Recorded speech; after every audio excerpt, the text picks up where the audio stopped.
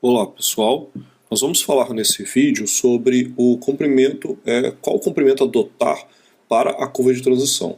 Então, o comprimento da curva de transição é a distância que a gente tem, né, ao longo da qual vai se proceder a distribuição da superelevação e da superlargura, passando da condição de tangente, onde o valor vai ser nulo, até a condição de curva circular, onde a gente vai ter o valor definido para os valores de superelevação e superlargura para o raio da curva circular. E o dimensionamento, então, a gente desse comprimento da curva de transição, a gente vai dividir em critérios para poder decidir qual o valor mínimo que a gente deveria adotar para a curva de transição, qual o valor do comprimento máximo que a gente poderia estar adotando e alguns critérios complementares, por exemplo, de arredondamento e coisas do tipo. Então, com relação ao comprimento mínimo, a gente tem 4 critérios. O critério do comprimento mínimo absoluto, o critério da fluência óptica, o critério do conforto e da máxima rampa de superelevação. Então, comprimentos mínimos, comprimentos que são muito pequenos, praticamente não ensejariam a transição desejada, porque passaria de uma forma muito abrupta. Então não seria o sentido da curva de transição, né? E os limites mínimos para os comprimentos de transição eles são estabelecidos em função de conforto e segurança dos usuários, né? Além de estética e fatores de ordens práticas. Então vamos passar por cada um desses critérios rapidamente. O primeiro critério é o valor de comprimento mínimo absoluto. Aqui é um critério para fins práticos, o menor comprimento de transição admissível, então, é de 30 metros, ou o equivalente a uma distância percorrida por um veículo que esteja na velocidade diretriz no tempo de 2 segundos, prevalecendo aí qual seria o maior valor. Então, a gente tem que a curva de transição, a gente já sabe que ela não pode ser menor do que 30 metros, então é um parâmetro que é um valor absoluto, e que tem que durar 2 segundos. Então, a gente sabe que a velocidade vezes tempo vai ser a distância, que seria o comprimento mínimo. Então, esse tempo é de 2 segundos, multiplicado pela velocidade. Como a gente vai estar sempre entrando com o valor de velocidade em km por hora, então a gente tem aqui a velocidade em km por hora, dividido por 3,6, para poder ter o valor em metros por segundo, e multiplicado aqui por 2 segundos, para poder sair com o valor em metros. Então, a gente vai ter aqui uma equação simples de 0,56 vezes a velocidade, ou seja, quase um pouco mais do que a metade do valor da velocidade diretriz. Então, se a gente está, por exemplo, com a velocidade diretriz de 80 km por hora, a gente vai estar aqui com 40 e alguma coisa aqui, uns 40 e poucos metros aqui de comprimento, que é maior do que 30 metros. Então, esse é o valor absoluto. Bom, o critério da fluência óptica é aplicado para as curvas que têm raios menores do que 800 metros. Então, a gente vai pegar o raio e dividir por 9. Se o raio tiver... quando o raio for maior do que 800 metros, eu falei menores, mas maiores, né? Então, se o raio tiver, por exemplo, 900 metros, a gente vai dividir por 9, a gente vai ter o valor de 100 metros para esse valor aqui mínimo, né? Se o raio for de 700 metros, então esse critério não é aplicado, não se aplica esse critério, ok? Bom, o terceiro critério é o critério do conforto. Então, esse é o critério que tem mais continha aqui para fazer. O grau de desconforto do usuário é indicado empiricamente pela taxa de variação da aceleração centrífuga, ou que a gente chama de solavanco vertical. Grandeza que expressa o quanto varia a aceleração transversal por unidade de tempo ao longo da transição.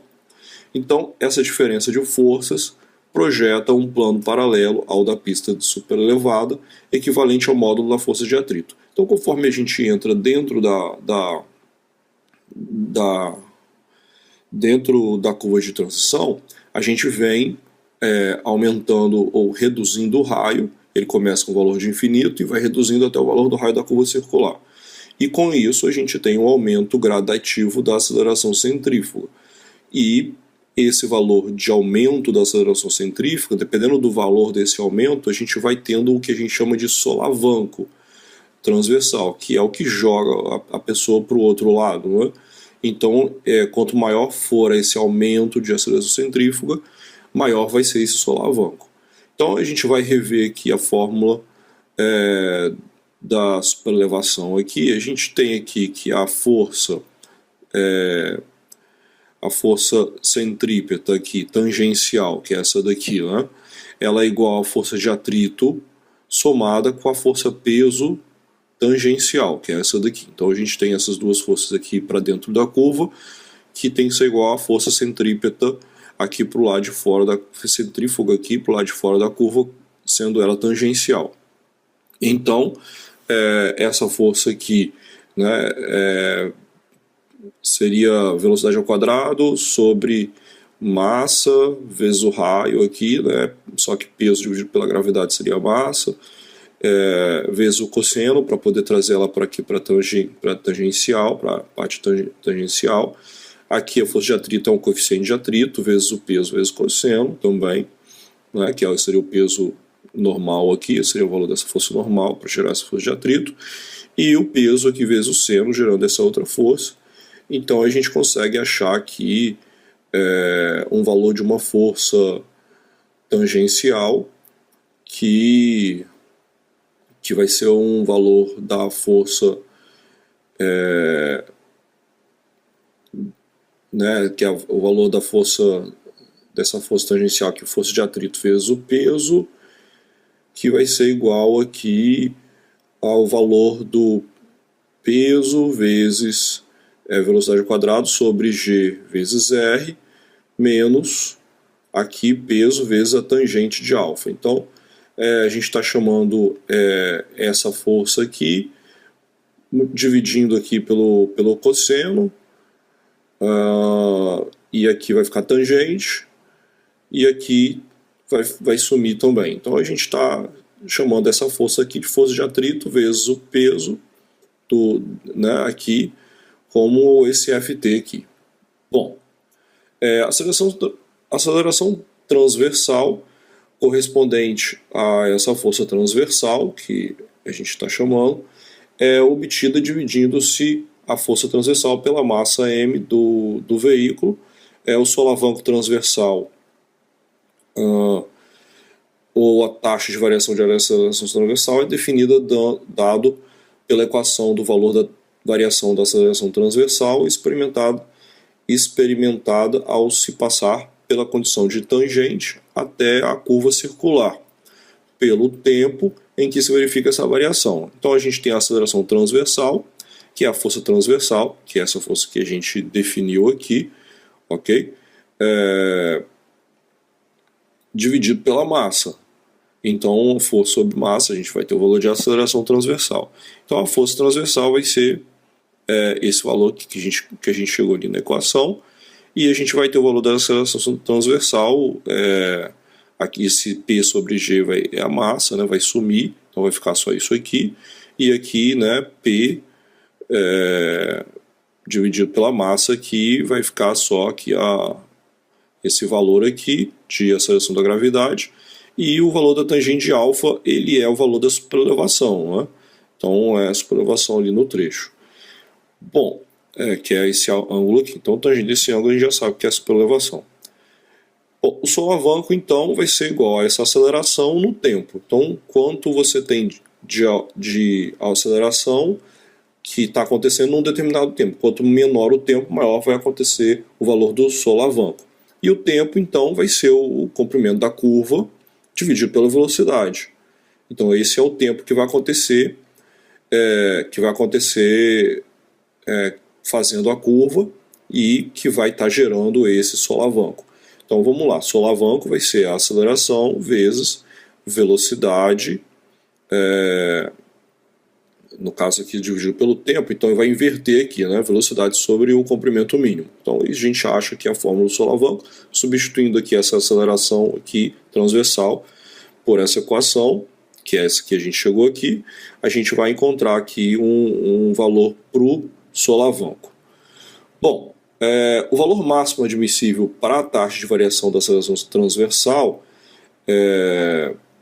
para atendimento às condições adequadas de conforto, de segurança, é estabelecido empiricamente pelo DENIT e ele apresenta numa equação que está lá no manual dele, página 106, que mostra que esse valor desse solavanco, que é a taxa de variação da aceleração transversal, ele vai ser igual a 1,5 menos 0,009 multiplicado pela velocidade diretriz. Então, esse é o valor limite, que é o valor máximo que se aceita para esse valor de solavanco. Então, a gente já conhece esse valor aqui de solavanco, né?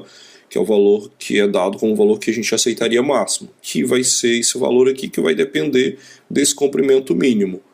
Então, a gente pegando a equação do solavanco, invertendo aqui, jogando aqui o comprimento mínimo, a gente acha esse valor do comprimento mínimo em função da superelevação que a gente já tem, da velocidade diretriz que a gente já tem, do raio que a gente já tem, da aceleração da gravidade, que é um valor também, uma constante, e o solavanco, que depende dessa equação empírica.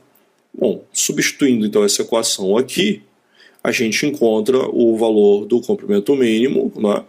E simplificando isso daqui, né? Quer dizer, aqui a gente ainda não chegou, só simplificou, e agora substituindo aqui, colocando aqui o valor do solavanco, que é o valor dessa equação, então a gente chega no valor de uma equação de comprimento mínimo com parâmetros que a gente já conhece. Então não é muito complicado, a gente vai ter uma equação com números e com variáveis que são fixas, que a gente já conhece, que é a velocidade diretriz, a superelevação da curva, né, e o raio da curva circular. Então, com esses valores aqui, a gente obtém o valor mínimo, que é um critério que a gente chama de critério do conforto.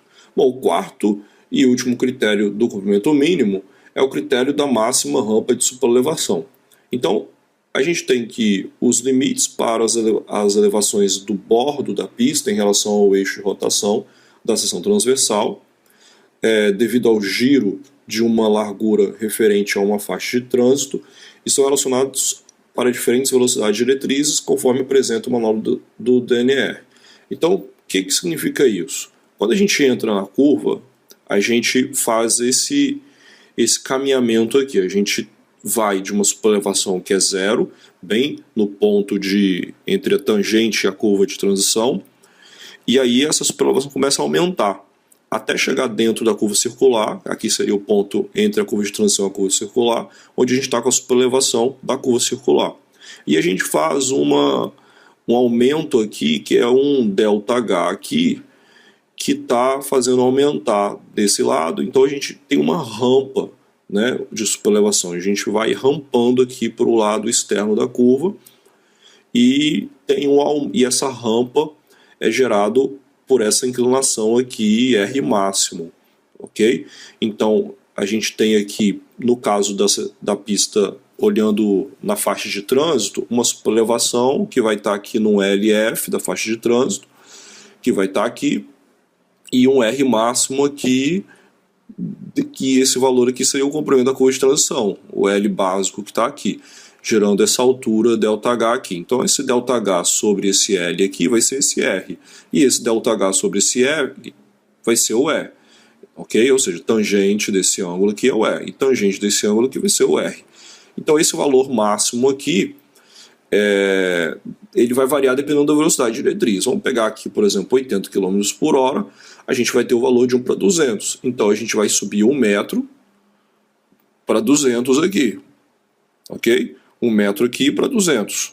Só que a gente tem um valor aqui de superelevação que, dependendo dessa largura aqui, a gente vai ter um comprimento aqui. Se esse valor aqui for maior do que 1 metro, isso aqui teria que ser maior que 200.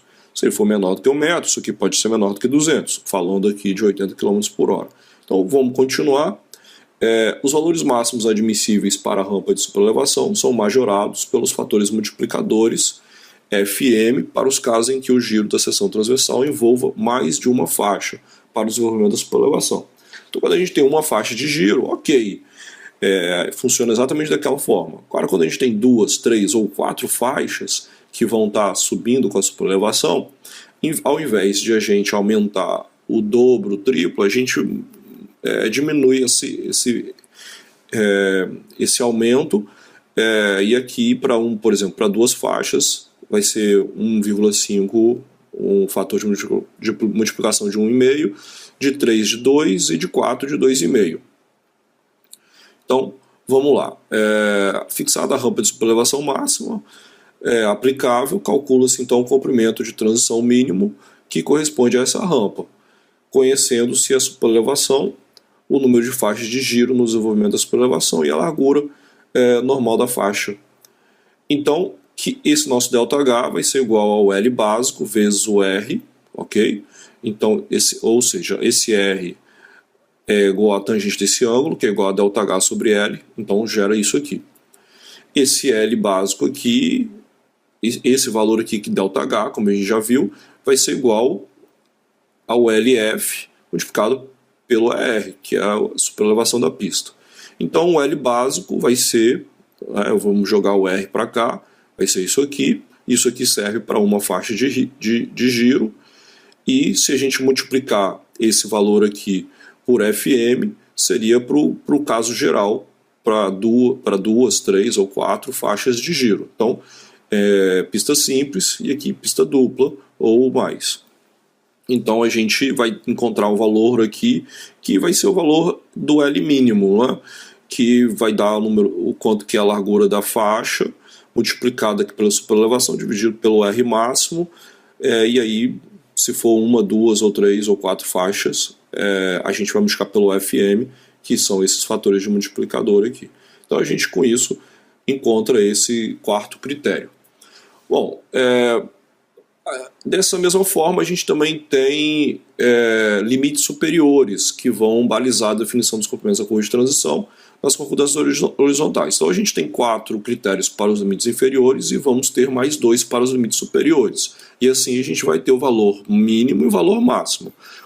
O valor mínimo vai ser o maior dos 4 critérios inferiores e o valor máximo o menor dos 2 critérios máximos.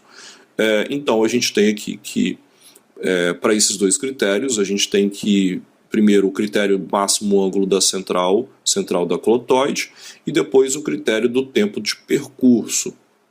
Bom, o máximo ângulo central da clotoide vai ser o valor aqui do raio. Então a gente tem que, para evitar comprimentos muito grandes da clotoide em relação ao raio de curvatura em sua extremidade, que resultaria em deflexões relativamente grandes da espiral, o DENIT limita o comprimento da clotoide ao valor do raio da curva circular. Então a gente tem que o comprimento máximo da curva de transição vai ser igual ao comprimento do raio. Tem um raio aqui de 300 metros, esse comprimento máximo vai ser igual a 300 metros e pronto. Bom, o critério do tempo de percurso estipula aqui que a gente vai ter um tempo máximo de 8 segundos. Então, mesma equação que a gente já fez anteriormente, comprimento máximo vai ser tempo vezes velocidade, 8 segundos é o tempo, velocidade a gente vai dividir por 3,6, então a gente vai ter um comprimento máximo de um pouco mais do que 2 vezes a velocidade diretriz, ok?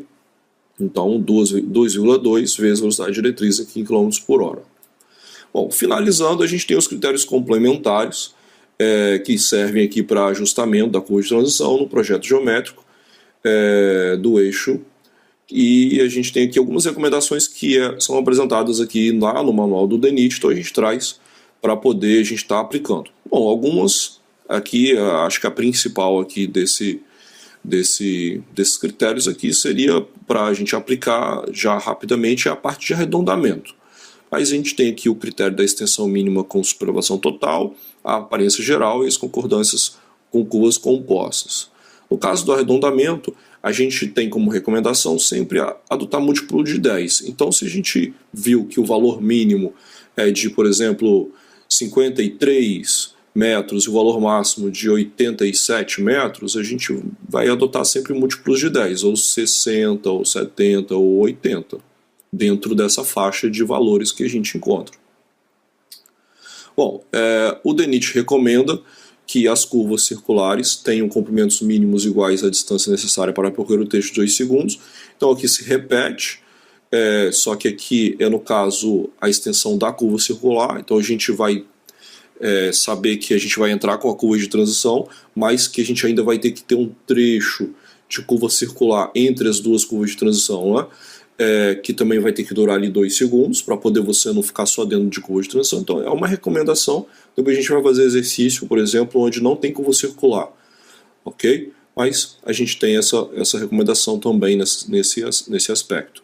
Com relação à aparência geral, se a gente tem duas curvas sucessivas, recomenda-se que seja atendido a relação entre o produto do raio da curva circular pelo comprimento da curva de transição entre uma curva e outra, sendo que o valor seja menor do que 2,5. Então, se eu multiplicar o raio da curva de transição, o raio da curva vezes o comprimento da curva de transição, e dividir de novo pela da outra curva, fazer essa relação tem que ser menor do que 2,5.